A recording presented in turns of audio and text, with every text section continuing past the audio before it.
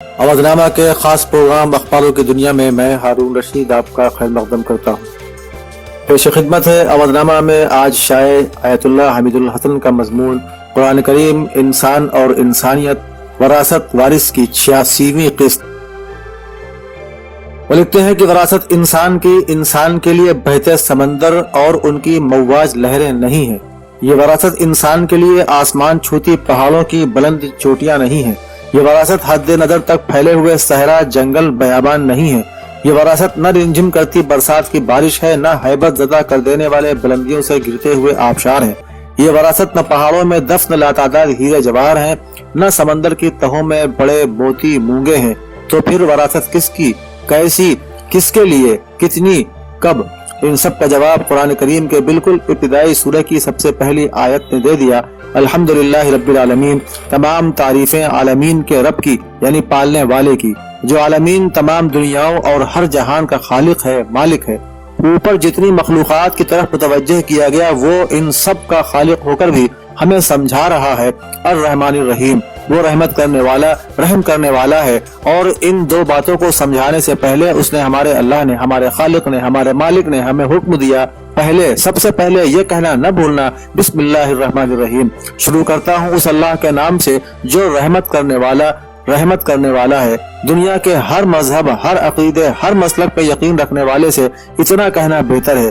क्या वो ये नहीं कह सकता था बिस्मिल्लाहि हय्युल क़य्यूम, बिस्मिल्लाहिल मलिकिल कुद्दूस। शुरू करता हूँ उसके नाम से जो हमेशा से है और रहेगा, जो मालिक है, पाक पाकीज़ा है। जी नहीं, उसने जिसे पूरा अख्तियार है कि वो जैसा मुनासिब समझे कहे, करे, बताए।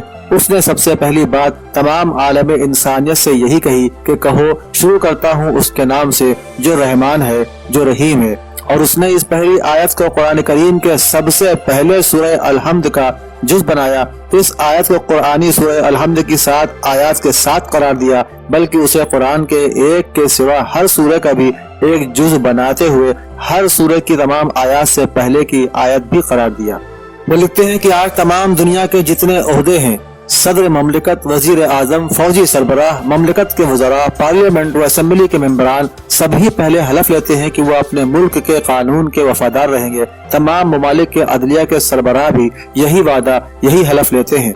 काश तमाम मज़ाहिब में बाहमी रब्त, रिश्ता, ताल्लुक, मुनासिबत, मुवाफ़क़त पर तहक़ीक़ करने वाले इसे भी अपना उन्वान तहक़ीक़ करार दे सकें कि मजहब रहमत का नाम है, गैज़ व ग़ज़ब, फितना व फसाद, जंग व जिदाल का नाम नहीं। जिस मसलक, जिस अक़ीदे, जिस मजहब में रहम नहीं वो शैतानी मसलक तो हो सकता है, रहमानी नहीं हो सकता।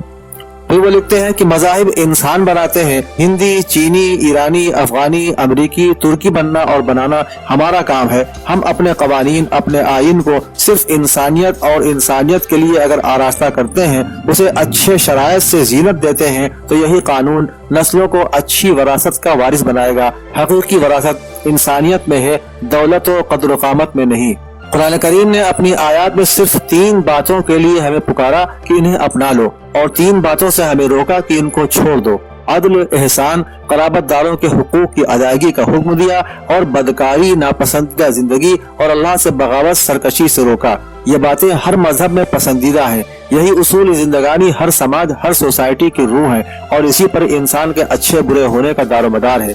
यही बातें जिस इंसान को मंजूर है, जन्नत उसी के लिए है, फिरदौस बरी उसी का हक है। यही बातें इस्लाम की तकमील से पहले, हुजूर सल्लल्लाहु अलैहि वसल्लम की 17 साल की बाकी जिंदगी से पहले, यानी मुकम्मल पैगाम इस्लाम आ जाने से पहले, हजरत जाफर इब्न अबी तालिब ने हबशा के बादशाह नज्जाशी को उसके दरबारियों को बतलाई, सुनाई, और उन सब ने इस्लाम कबूल कर लिया।